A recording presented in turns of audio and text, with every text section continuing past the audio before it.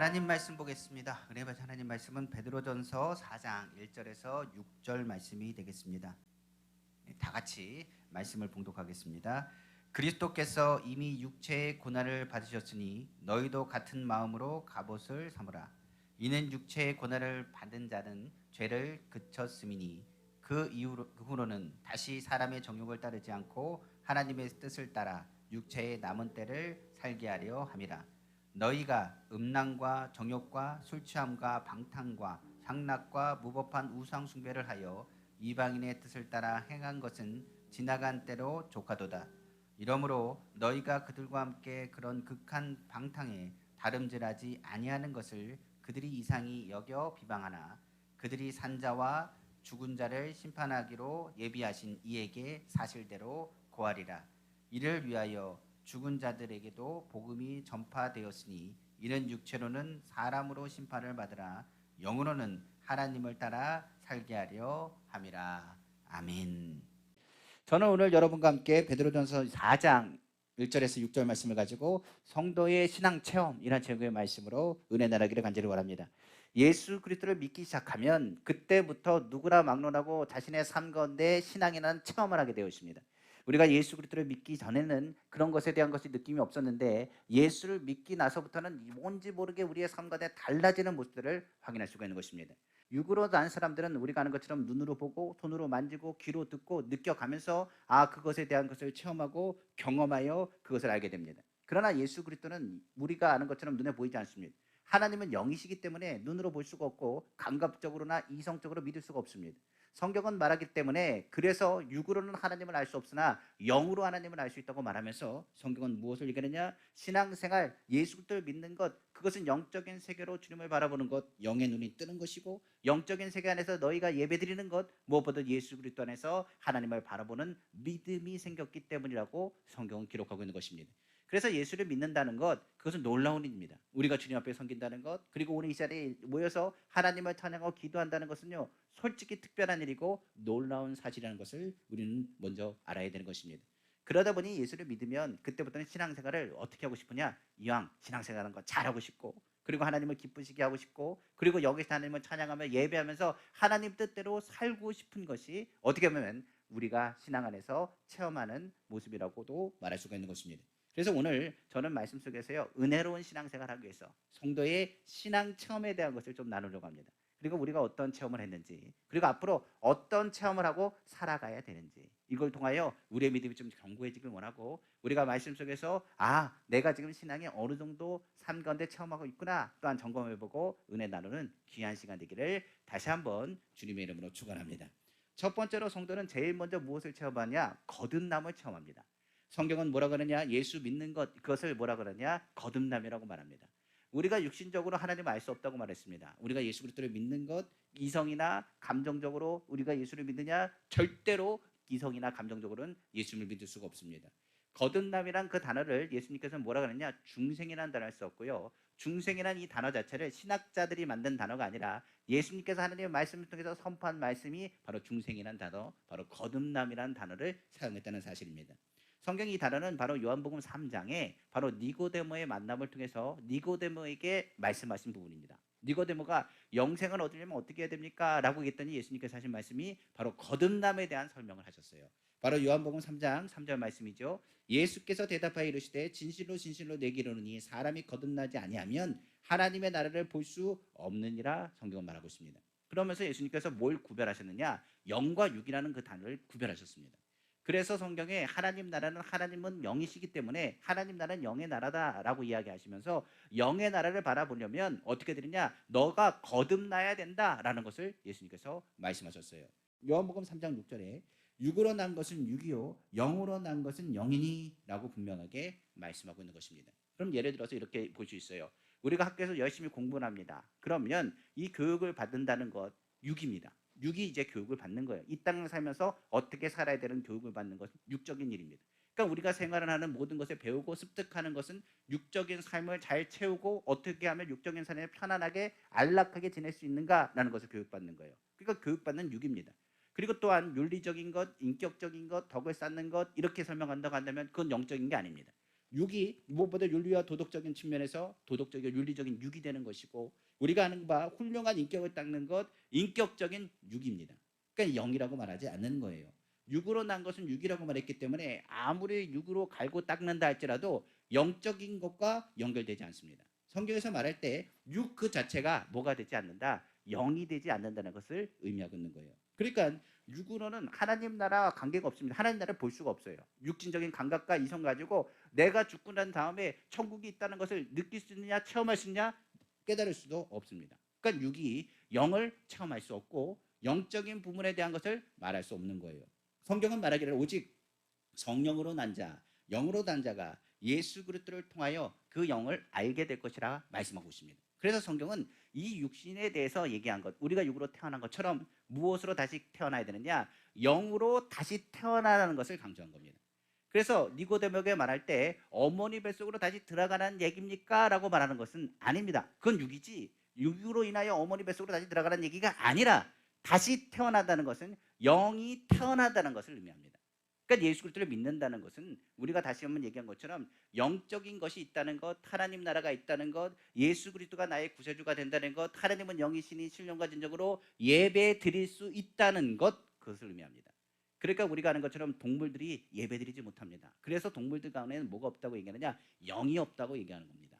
영이 있는 존재는 뭐 하느냐, 영적인 것을 경배하고 예배하게 되었습니다. 그러니까 한마디로 얘기하면 너희가 하나님께 예배한다는 것은 하나님이 영이신 것을 깨닫는 것이고, 예수 그리스도를 믿는다는 것은 무엇을 얘기하느냐, 예수 그리스도를 통하여 거듭났다는 것을 의미합니다. 그러니까 중생이라는 것, 그리고 다시 한번 거듭남이라는 것은 내가 감각으로 하는 것이 아니라 하나님의 전적인 은혜 가운데 영적으로 다시 태어났다는 것을 말씀하고 있는 거죠. 그러므로 영적인 눈을 떤다는 것, 영적인 세계의 일원이 되고 영적인 하나님을 찬양하고 영적인 하나님께 예배드리며 하나님 나라를 소망을 갖게 된다는 것을 의미합니다. 그래서 예수를 믿고 거듭났다, 그 순간부터 너희는 무엇을 바라보고 사느냐, 하나님 나라를 바라보고 살게 되는 거죠.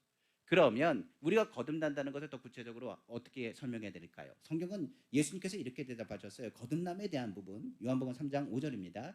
예수께서 대답하시되 진실로 진실로 내게 이르노니 사람이 물과 성령으로 나지 아니하면 하나님 나라에 들어갈 수 없느니라, 성경은 말하고 있어요. 그러니까 예수님이 이 두 가지를 얘기하셨습니다. 뭘 얘기했냐? 물과 성령이라고 얘기하셨습니다. 그럼 물은 뭐냐? 다른 것이 아니라 물은 성경에서 요한복음에서 표현할 때는 생명이요 하나님의 말씀을 의미합니다. 그러니까 한마디로 얘기해서 예수님께서 말씀하시기를 영적인 것을 어떻게 할 수 있느냐, 영적인 세계를 어떻게 바라볼 수 있느냐, 바로 하나님 말씀이라. 하나님의 말씀은 영적인 메시지를 담고 있습니다. 하나님은 누구신가? 예수 그리스도가 나의 구세주가 된다는 것. 성령은 누구신가? 하나님께서 천지를 창조하셨다. 그리고 육의 삶과 영의 삶이 어떻게 사는 것이냐, 하나님이 기뻐하신 것은 무엇이냐, 우리가 알 수 없는 것을 담아놓는 책이 바로 영적인 메시지를 담는 것이 하나님 말씀이에요. 그러니까 성경은 물과 성령을 할 때 물이라는 것, 하나님의 말씀, 그 말씀 속에서 아, 이것은 죄구나, 우리가 이것은 하나님께서 싫어하시는구나, 우리가 하나님의 성경, 하나님이 기쁘시게 하려면 어떻게 해야 되는가를 깨달아 하는 거죠. 그래서 성경은 믿음은 뭐에서 나느냐, 들음에서 난다는 이야기가 다른 것이 아닙니다. 영적인 것을 이 땅에서는 확인할 수 있는 것이 없습니다. 영적인 것을 확인하는 것은 하나님 말씀이에요. 그러니까 우리가 주의 말씀을 통해서 믿음을 갖는 겁니다. 아, 하나님이 천지를 창조하셨구나, 하나님께서 나를 사랑하시는구나, 나를 위해서 독생자 예수 그리스도를 보내주셨구나, 하나님의 말씀을 끊임없이 들으면서 영적인 것, 하나님 나라가 있다는 것을 우리가 깨달아 알게 되는 거죠. 그래서 성경은 믿음에 대한 것을 이렇게 얘기합니다. 로마서 10장 17절에 그러므로 믿음은 들음에서 나며 들음은 그리스도의 말씀으로 말미암느니라, 성경은 말하고 있는 것입니다. 그러니까 거듭난다는 것, 하나님의 말씀에 대한 복음을 들어야 되는 거예요. 성경에 보면 예수 그리스도는 하나님의 말씀이라고 있습니다. 성경에 많은 병든 자들이 나옵니다. 그들이 병을 치료할 수가 없었습니다. 가난한 자도 나옵니다. 갈급한 심정을 가진 사람이 나옵니다. 그런데 그들이 뭘 하느냐? 예수님에 대한 소문을 듣습니다. 이제 그것을 가지고 믿음을 갖는 거예요. 예수님의 메시지는 다른 것이 아닙니다. 가난한 자를 부유케 한다, 눈먼 자를 보게 한다, 병든 자를 치료하신다, 그러므로 하나님의 은혜를 선포하게 하신다, 하나님 나라가 너희 가운데 있다, 회개하라, 천국이 가까이 왔다는 메시지를 선포합니다. 그리고 그들의 심령 가운데 하나님 나라가 있다, 하나님께서 우리를 사랑하신다, 우리를 붙잡으시는 영적인 메시지를 듣게 됩니다. 그것을 뭐라 하느냐? 복음입니다. 그러니까 예수님을 통해서 나는 치료받는다, 예수님이 나를 통하여 나의 육신과 나의 환경과 나의 모든 것을 다시 살아갈 수 있도록 생명을 더하신다, 내 삶 가운데 어렵고 힘들다 할지라도 하나님의 나라가 있다는 것을 깨닫는 것, 그것을 예수 그리스도를 통하여 너희 가운데 말씀하신다라고 성경 기록한 것입니다. 이것이 뭐라고요? 복음이 되고, 그 복음이 뭐냐? 영적인 메시지요. 그 영적인 메시지 담은 것이 하나님 말씀이고, 하나님 말씀이 육신으로 오신 분이 바로 예수 그리스도라고 성경 기록하고 있는 것입니다. 그러므로 사마리아 여인이 어떻게 했습니까? 예수님을 만났습니다. 그리고 영적인 음성을 듣죠. 예배를 어떻게 드립니까? 라고 했을 때 하나님은 영이시니 예배하는 자가 신령과 진정으로 예배할지니라. 하나님은 누구 찾으냐? 예배자를 찾는다 라고 말씀하시고, 메시아에 대한 것을 이야기할 때 그가 바로 나다라고 말씀하시면서 예수 그리스도께서 하늘의 것을 그에게 말씀하시는 부분들이 성경에 기록되어 있는 것입니다. 그래서 하나님 말씀이 그 영혼의 갈급함을 치료하고 우리로 하여금 다시금 영적인 것이 있다는 것을 깨닫게 하여 준다라고 성경은 기록하고 있는 것입니다. 이와 더불어 성경은 뭐냐면 물과 성령이라 말했습니다. 성령은 무엇을 하는 것이냐? 바로 하나님 말씀을 통해서 예수 그리스도께로 인도하시는 영이 바로 성령입니다. 성령은 예수님을 생각나게 하고 기억나게 합니다. 더 나아가서 우리가 죄인된 우리가 예수님이 필요하다는 걸 깨닫게 하는 영이 누구냐? 바로 성령입니다. 성령으로 거듭나는 것, 바로 내가 하나님의 말씀 속에서 나는 죄인이고 난 연약하지만 내가 주님 앞에 나아가야 살 것이고 예수 그리스도 통하여 구원을 받는다는 것을 깨닫게 하시는 영이 누구라고요? 성령입니다. 그러니까 예수를 주라 시인하는 것은 누구를 통해서 시인하느냐? 성령을 통하지 않고서는 예수 그리스도를 주라고 시인할 육체가 없다라고 성경은 기록하고 있기 때문에 그렇습니다. 그래서 성경은 하나님의 말씀은 생명이고 성령은 하나님의 말씀으로 이끌게 하시는 분이시라고 성경은 기록하고 있는 거예요. 예수님이 하신 말씀, 하나님의 말씀은 영이요 생명이라 말씀하고 있고, 성령은 뭐 하느냐? 그 하나님의 말씀으로 하나님께로 더 가까이 갈 수 있도록 도우시는 분으로 성경 기록하고 있는 것입니다. 그러면 오늘날 거듭난 사람들이 물과 성령을 어떻게 하면 쉽게 표현할 수 있느냐? 이렇게 설명하면 됩니다. 물은 하나님의 말씀이고요, 성령은 기도입니다. 한마디로 얘기해서 신앙생활에 거듭난 사람의 특징이 있는데, 거듭나면 내가 영적인 사람인 것을 무엇으로 할 수 있냐? 예배를 통해서 할 수 있는데, 그 예배를 뭘로 나누냐? 바로 말씀과 기도입니다. 가장 기본적인 신앙 체험이죠. 우리가 예수 믿으면 갑자기 어떤 순간 하냐? 말씀을 봐야겠다는 생각을 합니다.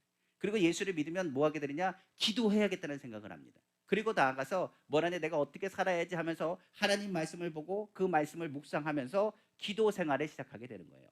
그게 이제 거듭남의 특징입니다. 그러니까 신앙에서 체험한다는 것, 우리가 하나님의 영적인 것을 체험하고 믿음이 견고해 있고 아버지 하나님을 통해서 내가 주님을 믿습니다 고백하는 것은 바로 말씀과 기도가 병행되어 우리의 삶 가운데 나타나 보여주게 되는 것입니다. 그러므로 우리에게 있어서 기도는 바로 하나님의 성령을 역사를 이루는 통로요, 말씀은 우리의 믿음을 더욱더 자라게 하고 성숙하게 하는 거듭난 사람들에 대한 영적인 체험이라고 말할 수가 있는 거죠. 그래서 말씀과 기도를 언제까지 하느냐? 천국 갈 때까지 하는 거예요.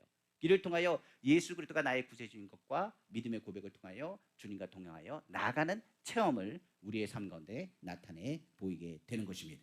자, 그러면 두 번째로 어떤 체험이 성도들에게 있을까요? 두 번째, 우리가 말씀으로 그리고 기도로 거듭난 사람이 되었다고 한다면 그때부터 어떤 일이냐? 신앙에 반드시 체험하는 체험이 있는데 바로 갈등 체험입니다.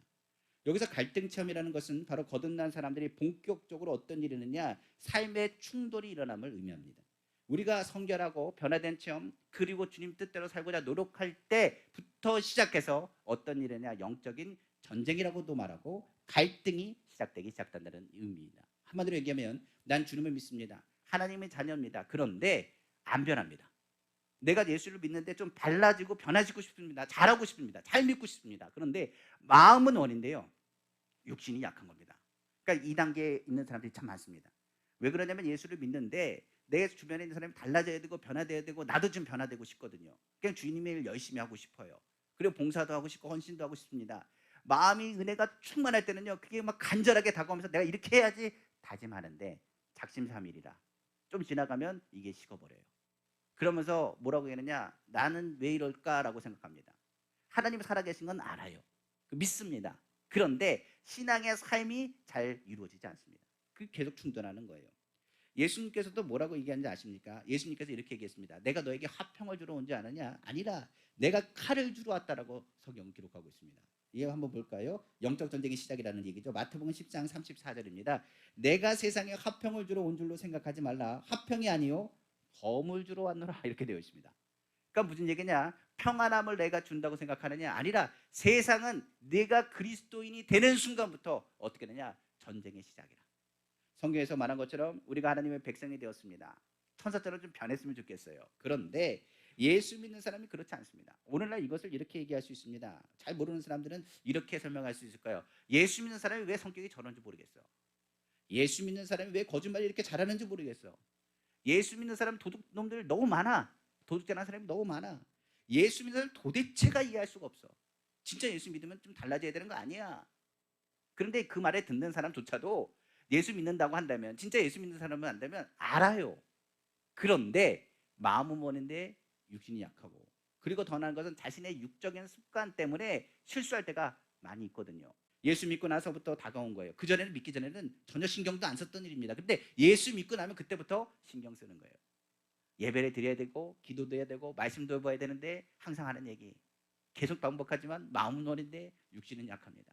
그러면서 내 모습의 여러 가지 부분에서 불편한 감정을 느끼게 되는 거죠.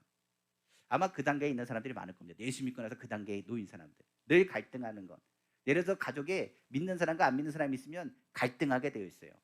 신앙생활에 내가 믿음으로 살고자 하면 꼭 믿음으로 사는 사람의 일들을 방해하는 것이 있어요. 기도를 좀 시작하려고 하면 기도를 또 방해하는 사람이 있어요. 내가 말씀대로 살려고 하면 꼭 말씀대로 살지 못하도록 문제를 일으키는 사람들이 있어요. 그럼 이렇게 얘기하는 겁니다. 하나님, 난 하려고 했는데 저 사람 때문에 내가 정말 힘듭니다. 정말 주님 뜻대로 살고자 하지만 정말 주님 뜻대로 사는 게 손해보는 것 같습니다. 그런 얘기들을 하게 되는 거죠. 그러다 보니 믿는 사람 안에 두 마음이 존재한다는 걸 깨닫게 됩니다. 늘 갈등하는 모습. 내가 하나님을 믿지만 세상 가운데 있는 우리의 모습. 이미 우리는 구원받았지만 아직은 이 땅 가운데 있기 때문에 그 갈등의 요소가 풀려지기가 어렵습니다. 로마서 7장 21절 24절에는요, 바울이 이 부분을 아주 잘 지적해주고 있어요. 오히려 두 가지 성품이 내 가운데 있고 몸부림치며 나는 고뇌한다는 그 모습을 표현한 대목이 로마서 7장 21절 24절입니다. 한번 말씀 볼게요. 그러므로 내가 한 법을 깨달았노니 곧 선을 행하기 원하는 나에게 악이 함께 있는 것이로다. 내 속사람은 하나님 법을 즐거워하되 내 지체 속에서 한 다른 법이 내 마음의 법과 싸워 내 지체 속에 있는 죄의 법으로 나를 사로잡는 것을 보는도다. 오라, 나는 공고한 사람이로다. 이 사망의 몸에서 누가 나를 건져내랴. 이렇게 설명하고 있습니다. 그러니까 예수 믿는 사람은 항상 이 두 가지가 충돌합니다. 우리가 아는 것처럼 하나님 앞에 내 마음으로는 하나님을 잘 믿고 싶은데 한쪽으로 보니까 육신이 약해가지고 내가 주님 섬겨야 되는 걸 알면서도 하지 못하는 모습들을 보일 때가 있다는 사실이죠. 그러니까 영은 하나님을 섬기라고 말하고 있고 육을 갖고 있기 때문에 육은 계속적으로 하나님을 섬기는 것을 방해하는 거예요. 그러니까 우리가 새벽을 나오든 저녁을 나가든 예배를 드리거나 뭐 할 때는 어느 날은 이럴 때 있거든요. 은혜가 있을 때는 그래도 내가 기도해야지, 예배 드려야지, 하나님 말씀에 은혜 받아야지, 아멘 해야지 그러는데 은혜가 떨어지면 어떻게 되느냐? 육이 커져가지고요. 어떻게 되느냐? 그때는 뭐 하느냐? 좀 쉬었으면 좋겠다. 하나님도 아실 거야로부터 시작해가지고 뭐 하게 되느냐? 정말 하나님 살아계신 게 마저까지 가게 되는 거죠. 내가 예수님 믿지만 그냥 신앙생활이 재미가 없어요. 그냥 신앙생활이 뭐합니까? 그냥 의무로 하거나 그냥 만나는 사람들 만나게 해서 다니면서 그 가운데 하하 웃는 것으로 넘어가게 되는 거예요. 그러니까 육신적인 자꾸만 생각들이 뭐합니까? 영적인 말보다도 육적인 이야기들을 계속적으로 내뱉게 되죠. 육신의 습관들을 자꾸 죄악으로 치우치게 해서 이 충돌이 이루어진다는 것을 우리는 알아야 됩니다. 그냥 딱 중간 상태예요. 하나님 나라가 있는 거 아니지만 이 땅 가운데 있고 이미 하나님 나라 백성이라고 말하지만 아직은 뭐합니까? 이 땅 가운데 있기 때문에 우리가 사는 것 가운데 이 육신적 것도 포기할 수 없기 때문에 그렇습니다. 그래서 한마디로 말하면 무엇보다도 하나님 나라를 소망하지만 이 땅에 있기 때문에 이 갈등은 풀려지지가 않은 거예요. 그럼 그 전까지는 괜찮은데 왜 그럴까요? 얘기하는 분들이 있습니다. 제가 얘기했잖아요. 영적 전쟁이요. 영으로 거듭났기 때문에 그때부터는 세상과 영이 충돌하는 것. 바울이 얘기한 것처럼 당연한 얘기입니다. 그래서 바울이 얘기한 게 그거예요. 오라, 나는 무슨 사람이로다? 공고한 사람이로다. 세 번역에는 뭐라고 되어 있는지 아십니까? 비참한 사람이라고 되어 있습니다. 나는 참으로 비참한 사람이로다. 이렇게 표현하고 있어요. 내가 하나님을 섬기고 있지만 육신 때문에 내가 하고 싶지만 하지 못하는 여러 가지를 보면서 내가 하나님 살아계신 것도 알고 하나님이 어떤 분인 것도 알지만 내가 주님 안에서 신앙생활을 못하는 나의 모습이 어떻게 느껴지느냐? 비참하게 느껴집니다. 그러니까 정말 자괴감도 느끼고 신앙에서도 나는 왜 저렇게 기도하지 못할까? 내가 왜 저렇게 살지 못할까? 나는 왜 이렇게 살아야 되는 것일까? 왜 이런 문제가 일어날 것인가라고 원망과 불평하면서 신앙이 쉽게 자라지 않는 거죠. 그러다 보니 많은 사람들이 이 부분에서 이렇게 진단합니다. 뭐라고 했느냐? 하나님의 말씀, 신앙생활은 차츰차츰 조금 변하는 것이라. 성화의 과정이라고 말한 것처럼 신앙생활이 어떻게 되는 것, 처음에는 이렇게 갈등할지 모르지만 우리가 언제까지 천국 갈 때까지 조금씩 변화되고 가는 모습, 그것이 중요한 건 아니겠습니까? 얘기하는 사람들이 있어요. 그러니까 이런 분들은 이렇게 합니다. 신앙생활 오래 할수록 철이 들고, 그리고 지금은 모르지만 나중에는 깨달아가지고 좋아질 거라고 기대하면서 신앙생활을 하라고 가리키는 분들도 있더라고요. 신학자들은 이렇게 얘기합니다. 점진적인 성화라고 얘기해서요, 성결이라고 얘기해서 이렇게 설명하는 겁니다. 신앙생활 처음은 뭡니까? 아무것도 모르는 단계지만 육신적인 단계에서도 아이들이 커 나가는 것처럼 신앙도 나가서 철이 들고 그리고 어른이 되고 장성한 분야까지 자라는 것이기 때문에 기다려주고 이 사람들을 응원해주고 축복해주면서 이 사람이 변화될 것임을 바라봐야 된다라고 이야기하고 있어요. 저도 이게 맞는 줄 알았습니다. 그런데 신앙생활을 저기 해보고 목회를 해보다 보니까, 목회하면서 보니까 뭘 깨닫냐면 사람 안 바뀌더라고요. 난 바뀔 줄 알았어요. 은혜가 되면 바뀌는 모양 같이 보여요. 그런데 은혜가 떨어지면 다시 원상복구 되더라고요. 금방 바뀌더라고요. 그러니까 은혜가 될 때는 천사 같아요. 저 사람. 와, 정말 저렇게 됐으면 좋겠다. 정말 저렇게 어떻게 저렇게 변하지? 많은 사람들이 깜짝 놀랍니다. 변화됐다고. 그런데 문제와 사건을 견디고 이기지 못하면요, 이전보다 더 나쁜 사람이 되더라고요. 그러니까 주변에 있는 사람, 우리가 보지만 믿음 좋다, 정말 신실하다 하지만 이 사람이 예를 들어 상처받고 그거 회복되지 못하면요, 그 이전에 어떤 삶인지 모르겠지만 그 옛 모습이 돌아오더라고요. 그래서 점진적으로 사람은 변하는구나, 신앙생활하면 달라지는구나. 육신은 가능합니다. 훈련하면 바뀌어요. 습관은 뭐 몇 개월 동안 뭐 하면 바뀐다라고 얘기하잖아요. 자전거 타는 거, 내가 10년 후에 자전거 타도 그 예전에 탄 그게 있어가지고 조금만 연습하면 타는데, 기도는 그게 안 돼요. 신앙생활이 오래될수록 오히려 형식적이고 죄를 정당화하는 모습들을 갖추게 돼요. 신앙생활의 기본적인 성품이 바뀌지 않아요. 거기다가 오래되면 오래될수록 어떻게 되냐, 회개도 형식적으로 바뀌고요, 죄에 대해서 타당성하고 그것을 이기려고 하기보다는 오히려 말하기를 하나님 이 부분은 안 되는 거 아닙니까? 라고 얘기하면서 오히려 그것에 대한 타당성을 주장할 때가 있죠. 그래서 죄에 타협하는 일들이 더 많이 생긴 것을 보게 됩니다. 그러면 이 갈등에서 반드시 뭐 하길 원하냐? 주님은 승리하길 원하세요. 그러니까 우리가 승리하길 원하는데 점진적으로 변할 것이다 생각하는 건 기대감은 있지만 그거는 정말 힘든 일입니다. 성경은 이거 분명히 말합니다. 이건 점진적으로 해결할 문제가 아니라고 말하고 있어요.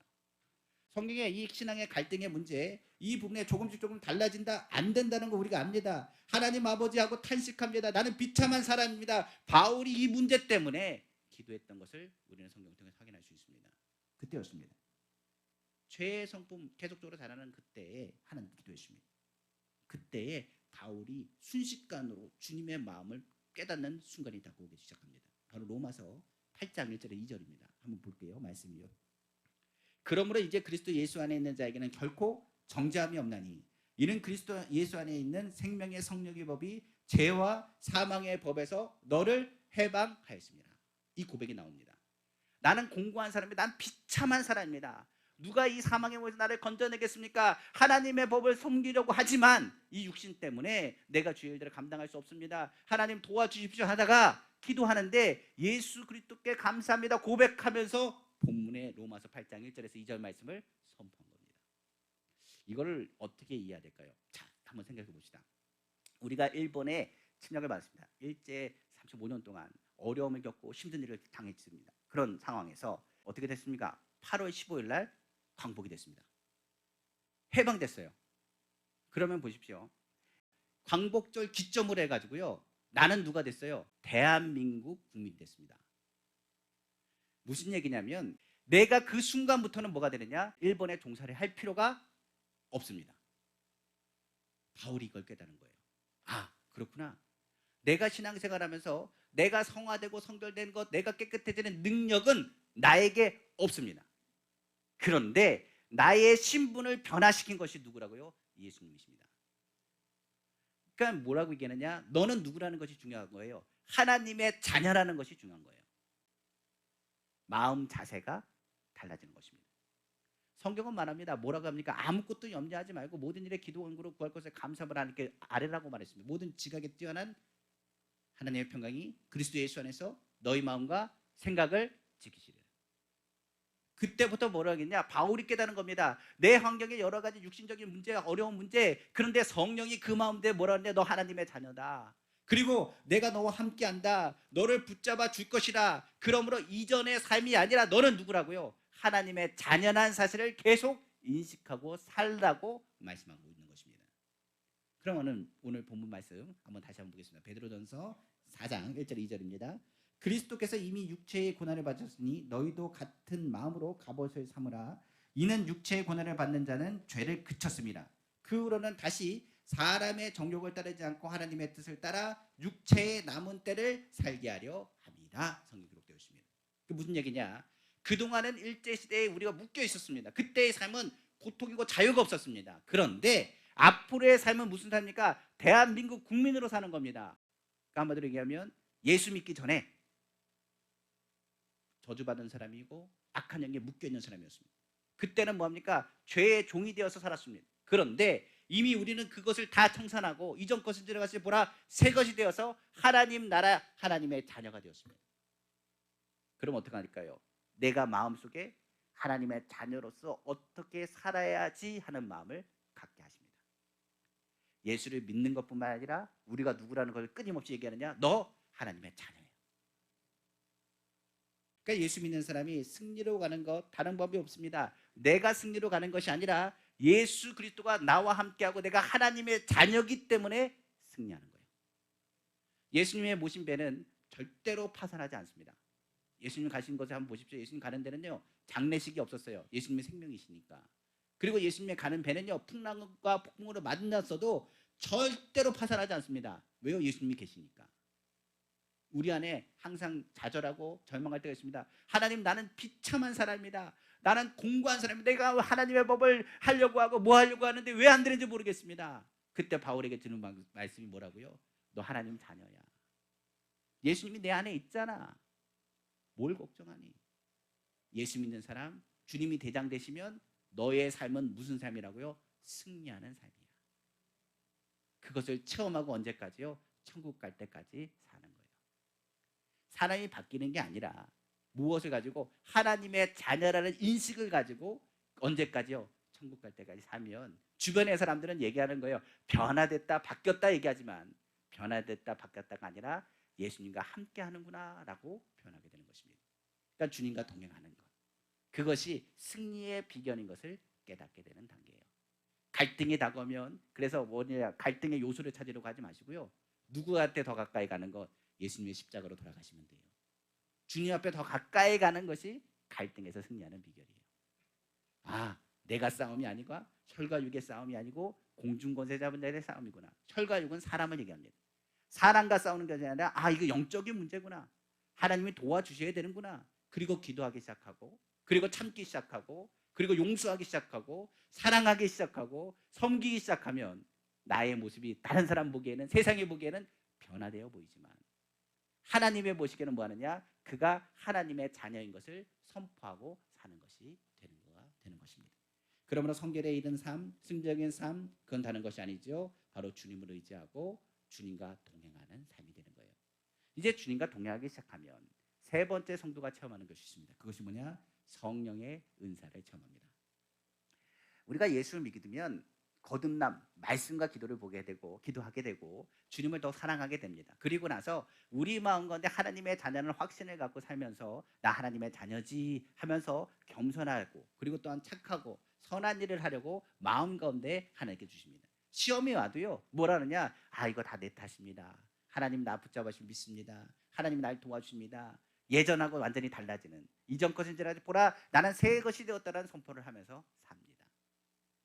성경에 너희가 하나님의 자녀라는 것을 아는 것도 중요하지만요 더 중요한 것도 있습니다. 하나님의 자녀라면 이 땅에 있는 동안에 하나님의 자녀의 권세를 선포하고 사셔야 됩니다. 이게 우리가 전도를 하잖아요. 전도는 예수 이름을 선포하는 겁니다. 우리가 뭐라고 전도합니까? 예수 믿으면 좋은 일이 있습니다. 예수 믿으면 치료 받습니다. 예수님 말씀 사업장에 하나님 은혜를 주십니다. 하나님께서 오늘 기도하고 하나님께서 응답하십니다. 담대하게 선포하는 것은 누굴 통해서요? 성령을 통한 역사입니다. 성경은 이렇게 얘기합니다. 이 생의 모든 것 삶 가운데 우리는 이 땅에 있기 때문에 우리가 중생의 체험을 하고 성결의 체험을 했다 할지라도 승리적인 삶을 세상 가운데 선포하기 위해서는 뭘 받아야 되냐? 능력을 받아야 됩니다. 성경의 사도행전 1장 5절에 예수님께서 말씀하셨습니다. 요한은 물로 침례를 베풀었으나 너희는 몇 날이 못되어 성령으로 침례를 받으라 하셨느니라.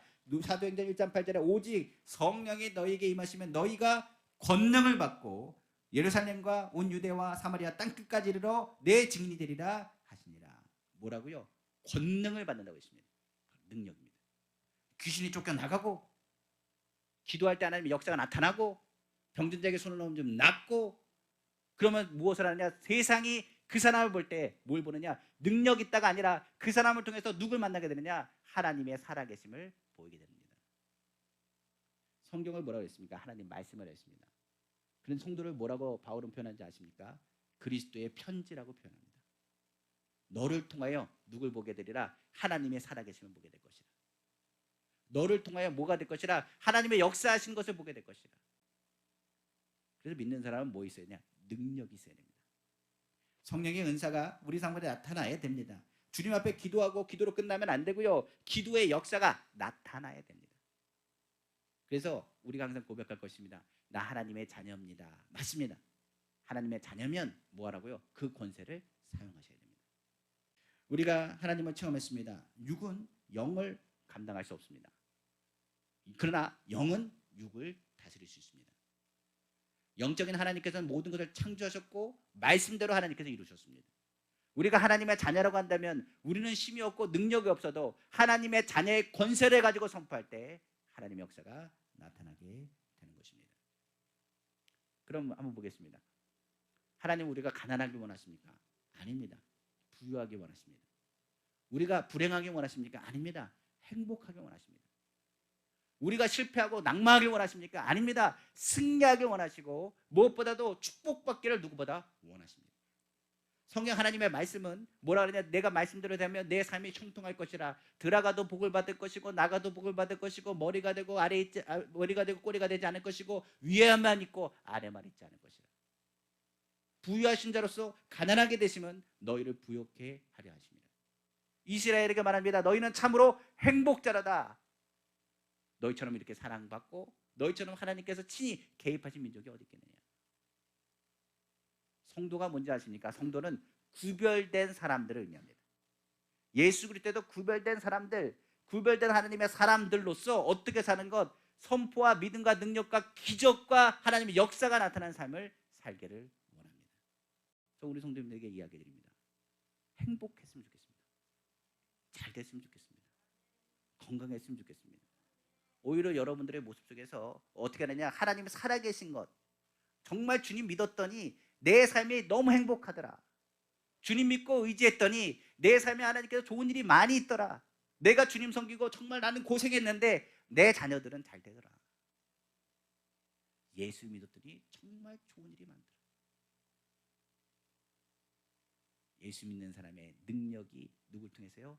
성령을 통해서 우리 삶 가운데 나타나기를 다시 한번 주님의 이름으로 축원합니다. 말씀을 마치겠습니다. 신앙생활에 우리 세 가지는 꼭 체험하고 살아야 됩니다. 첫 번째, 물과 성령으로 거듭나는 체험이요. 우리가 매일 삶 가운데 하나님의 말씀을 묵상하고 기도하는 것. 그건 기본적인 겁니다. 이를 통하여 하나님이 나와 함께 하시고 하나님이 나를 사랑하시고 하나님이 우리를 통해서 예수 그리스도를 보내주시고 예수 그리스도를 통하여 우리는 구원받았다는 확신을 갖게 된 것입니다. 믿음은 다른 것이 아닙니다. 영적인 음성을 들어야 됩니다. 하나님 말씀을 보고 설교도 듣고 기도하면서 하나님의 음성과 하나님의 메시지를 듣는 우리 성도들 다 되기를 주님의 이름으로 축원합니다. 두 번째, 이제 갈등의 문제가 생각하면 우리는 예수의 피를 발라야 됩니다. 갈등을 통하여 우리에게 하나님께서 말씀하시고 예수의 피로 우리를 깨끗하게 하시고 정화시게 하시고 새롭게 하셨다는 것을 말씀하셨습니다. 이미 이전 것은 지나갔습니다. 보라 새 것이 됐다고 말하고 있습니다. 우리는 예수 믿는 그 순간부터 하나님의 자녀로서 회복이 됐습니다. 우리가 하나님의 자녀라는 것, 새 사람인 것을 체험하고 사셔야 됩니다. 더 나아가 오늘 성령으로 충만한 체험을 통하여 하나님의 자녀의 권세를 사용하십시오. 우리의 믿음을 더욱 견고하게 만들어줄 것입니다. 이 신앙의 체험을 통하여 우리는 진실로 흔들리지 않는 위대한 믿음의 사람들이 될 것이라고 저는 확실히 믿습니다. 기도하겠습니다.